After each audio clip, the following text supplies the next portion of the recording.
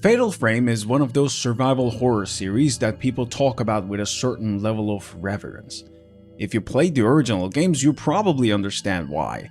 If you haven't, it can sound a little strange when someone tells you that one of the scariest horror franchises ever made is about fighting ghosts with a camera. But that's exactly what it is. Fatal Frame 2 Crimson Butterfly originally released on the PlayStation 2 back in 2003. And over time it became one of the most beloved horror games ever made. Not only it was scary, but it also had atmosphere, an unforgettable setting, and one of the most unsettling stories in the genre. Now, we finally have a modern remake. Fatal Frame 2 Crimson Butterfly Remake brings Minakami Village back with modern graphics, new systems, and a few changes along the way. Some of those changes work really well, others are a bit questionable. So, after finishing the game, I wanted to talk about how the remake holds up, what it gets right, what it gets wrong, and whether this is a good entry point if you've never touched Fatal Frame before. Before we get into it though, quick disclaimer. I originally bought a physical copy of the game for PlayStation 5 because I didn't think I would get a key, I usually don't. But about 10 minutes into playing it, Koei Tecmo actually sent me a Steam key for the PC version. So yes, I did receive a key, but I also paid for the game myself. This review is coming from someone who was already planning to play and buy this game anyway. And with that out of the way, now let's talk about the game. If you've never played Fatal Frame before, the basic premise is pretty unique. Instead of fighting monsters with weapons, you fight ghosts using a camera called the Camera Obscura. You explore haunted locations, uncover what happened there, and use the camera to photograph hostile spirits. The closer the ghost is when you take the picture, the more damage you deal.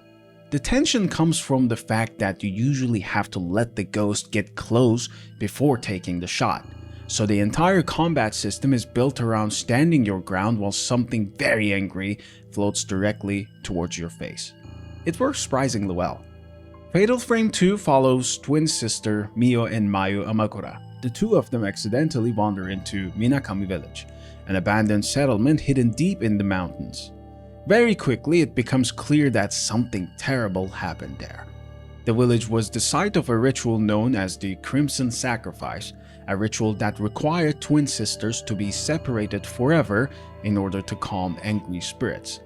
Naturally, things did not go well. As Mio searches for a way out of the village while trying to keep Mayu safe, the story slowly reveals what happened there and why the village is now filled with ghosts. Fatal Frame stories tend to unfold through exploration, notes, and environmental storytelling. The more you explore, the more context you will get. And the remake sticks very close to the original story. 今のわからない。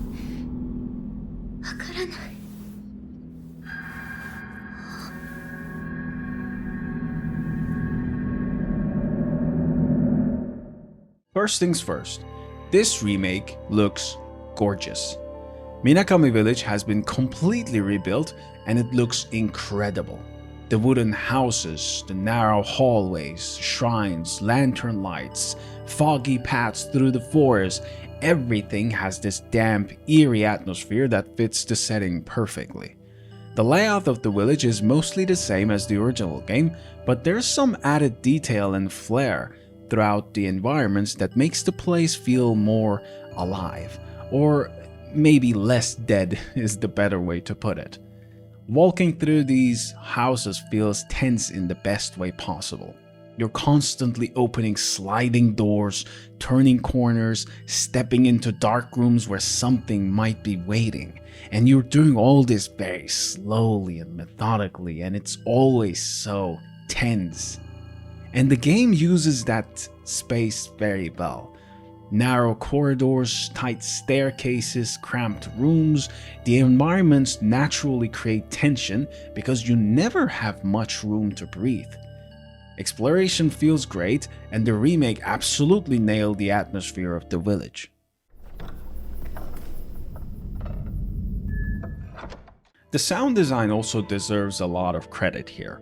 Fatal Frame has always relied heavily on audio to create tension, and the remake does a great job with this overall. Footsteps echo through empty hallways, floors creak under you, the wind pushes through broken houses. You hear distant noises that makes you stop and wonder if something is about to appear. It's creepy, immersive, and very effective.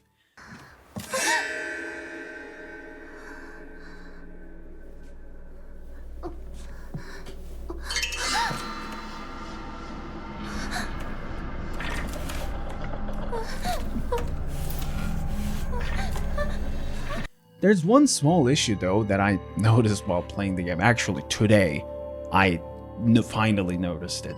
Some of the background sounds include this high-pitched tinnitus style ringing that shows up in certain moments, and toward the end of the game it started to get a little rough on the ears.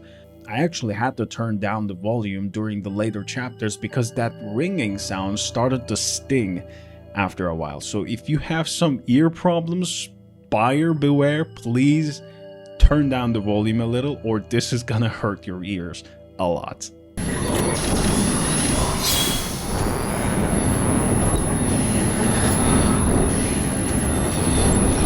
Aside from that though, the audio design is excellent and it plays a huge role in building the atmosphere. One thing that immediately stood out to me is how much the remake respects the original game. Mio, Mayu, and the rest of the cast feel exactly like their original versions. Their personalities, their behavior, the overall tone of the story. Nothing feels dramatically rewritten or altered. The remake clearly understands what made the original game special, and it doesn't try to reinvent it. That's honestly one of the best things about it. Fans of the original will immediately recognize the characters and how they behave.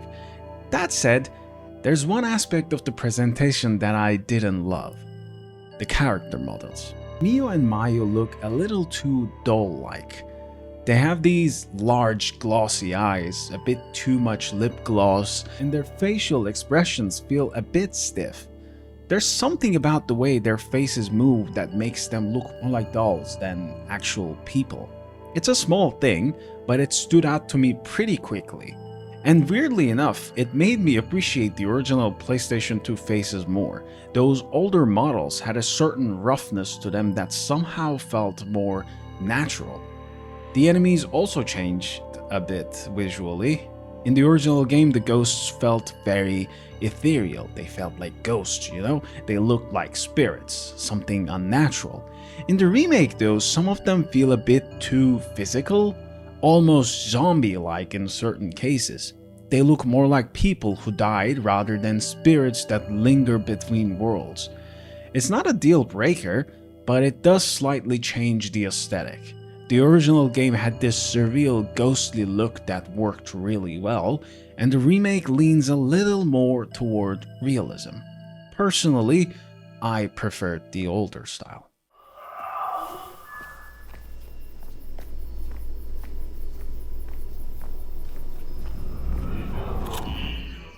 Exploration is one of the strongest parts of the game. You spend most of your time moving through houses, searching rooms, collecting items, and reading notes that slowly reveal the story of the village. And the game constantly keeps you on edge. Anytime you open a door, pick up an item, or enter a new room, there's always the possibility that a ghost might appear. And that tension never really goes away. Even hours into the game, you're still hesitating before opening doors. Running away from ghosts through narrow corridors is also great. The level design makes those moments feel claustrophobic in a really effective way. They also added these new hiding spots that you could use to hide from specific types of ghosts, not all kinds of ghosts, which added a little bit more, I guess, variety to these chase sequences, quote unquote. You never feel completely safe in this village regardless of these spots. Every place has its own dangers and hazards, I guess. One addition that I actually like quite a bit is how the remake handles side stories. In the original game, these story threads existed, but they were scattered across notes and events that you might or might not discover depending on how thoroughly you explored. That's still the case, but the remake organizes these into side quests that appear in your menu, so they make them more accessible, I guess. They follow the stories of supporting characters in the village and give you more context about what happened there. It's a really nice addition because it makes those stories more accessible without removing the exploration aspect, and they often lead you to additional items or resources as well, so they're worth doing. Movement overall feels good. Mio controls well most of the time, although she can feel a bit tanky sometimes. Certain actions take longer than you might expect because the animation has to fully play out before the action finishes. So you occasionally find yourself yelling at the screen like, "Just do the thing! I don't care how realistic the animation looks, just do it!" You know what I mean. Older games often skipped some of that animation priority and just let actions happen faster. It's not a huge issue here, but it can get a little tedious during more intense moments. Now we get to the part of the game that I liked the least: combat. The camera obscura system is still here and it still works the same at its core. You photograph ghosts to damage them, and timing your shots correctly increases your damage. But the remake adds a bunch of additional filters and abilities that complicate things more than necessary. Each filter has its own abilities, upgrades, and mechanics. Like, yes, sure, these abilities were somewhat in the original game, but the way they're put in this game just feels like, oh yes, they were trying to make you push you into making builds, you know, like how people made builds in Silent Hill F. And honestly, it just feels gimmicky, man. It just felt so gimmicky and tedious to learn the system. I ended up sticking with the standard filter for most of the game and barely touched the others, I'm gonna be honest with you. They just felt unnecessary.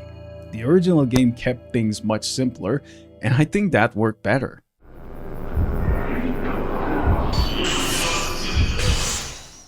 Another big issue is how tanky the enemies are. Every ghost in the game takes a lot of hits to defeat. The developers already pushed out a patch that toned down enemy aggression, but the tankiness is still there. Even after lowering the difficulty from battle to normal, which I started the game in battle, it's by default it's the hardest difficulty when you first launch the game. Even lowering the difficulty to normal or even story, enemies still felt like they had way too much health. Not difficult, don't get me wrong, I thought the game was actually pretty easy, but they were just tedious to fight. That's the problem here. Upgrading the camera obscura definitely helped, but the fights still drag on longer than they probably should. Towards the end of the game, it becomes especially noticeable. You just want to get through the enemies and go to the finish line. Just let me beat you quickly and then I'll be on my way, man. There's also a mechanic where some enemies enter a Berserk state during combat. They glow red, move faster, attack harder, and gain more health suddenly. And honestly, this mechanic doesn't really add much other than just make the fight last longer. They reminded me a bit of Crimson Heads from Resident Evil, except those actually made encounters more intense and interesting. Here, it mostly feels like the fight is being artificially extended. Like whenever I'm in the middle of a fight, especially if I'm fighting more than one ghost, and if one of the ghosts, or worse, two of them, both of them, go into Berserk mode, I like roll my eyes and just take a deep breath and even consider restarting the encounter because I really don't want to do that. They become so much more tankier and so tedious to fight against. I didn't like that at all. I don't know why they added it, but alas, it's in the game.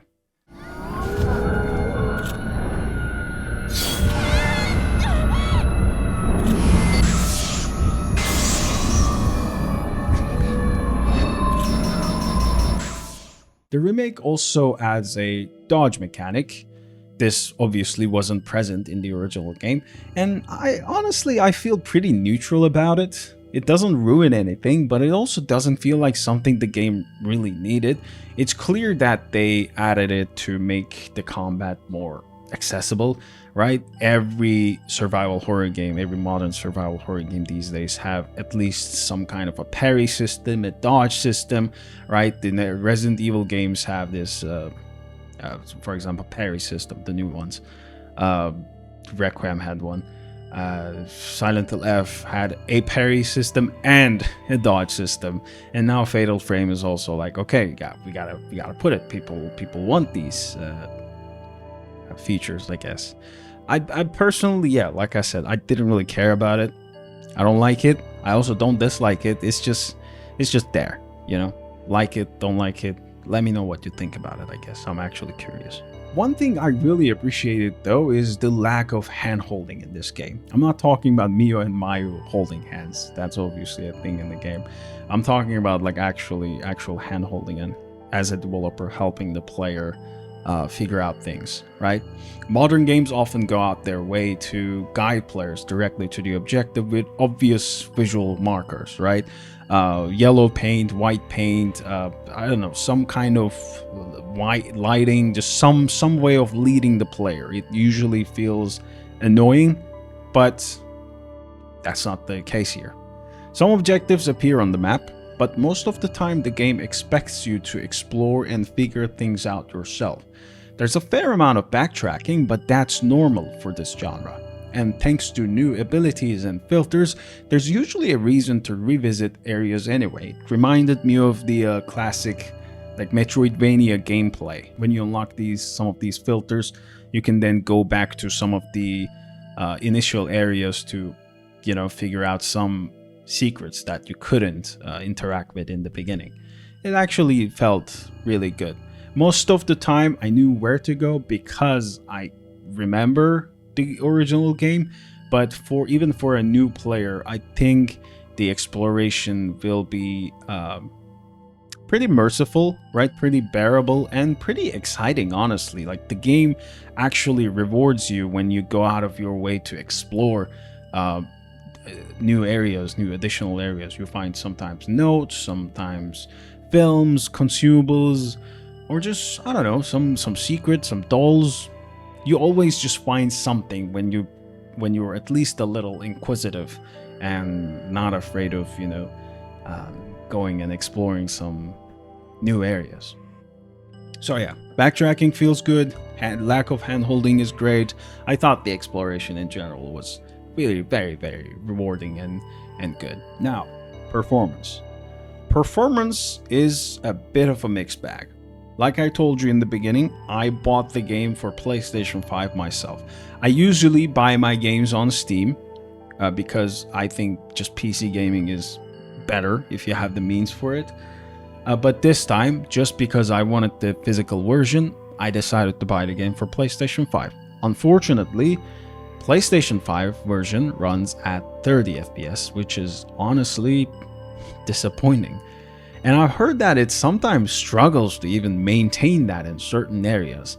Like I only played it for 10 to 15 minutes until the first save area, and even then it just felt so redundant to what I could get on the PC. For a game released in 2026, this is pretty hard to excuse. There are plenty of games that are far more demanding that manage to run at 60 FPS on consoles. The PC version, on the other hand, runs well overall, but it is still locked to either 30 or 60 FPS. You can't unlock the frame rate, which again feels outdated. Developers, especially Japanese developers, really need to move past these limitations. Like it's 2026 and 60 FPS should be the baseline for console games, and PC versions should at least allow unlocked frame rates. Hopefully that gets patched. I will be looking forward to it, but I'm not that hopeful about it either. We'll see. Also, for those of you who are curious and who are playing on Steam Deck, I also tested it on Steam Deck. It worked pretty well. It's around 30 FPS mark. and no crashes, no nothing. It actually played really well. So if you're mainly gaming on Steam Deck, and if you were wondering, then don't worry, the game works pretty well. So, the big question, is this a good entry point for the Fatal Frame series? Yes. You will get more context if you played the original trilogy, but those games are unfortunately not easily available unless you emulate them. And honestly, like, you only gotta play the first one if you really want that context. But even if you don't, it's not that big of a deal. You can go ahead and play the remake, it's fine. For most people, this remake is actually a great place to start, and if you enjoy it, I highly recommend checking out the rest of the series. Fatal Frame 4 and Fatal Frame 5 are already available on modern platforms, and the original trilogy is absolutely worth playing if you have the means. Don't be like a Silent Hill fan and skip the first game, please. Please play it. It's a great game, and you're gonna like it, I assure you. If you're a survival horror fan, this is a series you should experience at least once. Overall, Fatal Frame 2 Crimson Butterfly Remake is a really good game. The graphics are beautiful, the atmosphere is fantastic, the exploration is tense and satisfying, and the story still holds up incredibly well. The combat system could use some balancing, and some of the added mechanics feel unnecessary. The character models aren't my favorite either, but despite those issues, I still had a great time with it. The game takes around 8 to 10 hours to finish, there's replay value with New Game Plus, and it definitely feels like something I will revisit again soon. My only caveat with this is the same caveat that I have with every other remake. If you're remaking a game, please make the originals easily accessible. Put them on Steam, put them on GOG, put them on PlayStation, put them on Xbox, put them on Nintendo Switch. Just make sure that the players can still play the original without having to resort to emulators. Emulators are pretty much standard for people like my age, right? But a lot of new generation don't even know how to install an emulator, or they just don't want to do it, right? They just want to click on the game and play the game on Steam or whatever platform that they want. So that's my only caveat here. I hope the games industry is going to get better with these remakes and preserving the originals, but that's a topic for another day. Anyway, Fatal Frame 2 Remake is good. I like it. Again, Koei Tecmo, thank you for the key, even though I already bought the game. If you enjoy survival horror, this one is worth playing. It's also cheaper than the usual AAA game price, which is great, honestly. So I finished the game pretty happy. I was very happy when I left the game, when I rolled the credits, and I will definitely go back to it to play New Game Plus, get the other endings, unlock some costumes, just have fun with it, you know? For me, Fatal Frame 2 Crimson Butterfly Remake, if I were to rate it, I would rate it an 8 out of 10, maybe 8.5. But really, combat really drags the game sometimes. But yeah, just decide yourself. Let me know what you think. And thank you for watching. I hope you enjoyed this. I haven't made a review in a long time, I guess. And I kind of want to do more. So we'll see. Maybe I make a review for another game soon. I hope you enjoyed this video. I hope you enjoyed this review. Let me know what you think. If you have any comments, concerns, any complaints, please let me know. Let's talk. And have a great day, I guess. I'm so bad at closing these videos. Anyway, I'll see you later. See you on the next one. Bye bye. Thank you for watching. Bye. Bye bye bye bye bye bye bye bye bye bye bye bye bye bye bye bye bye bye bye.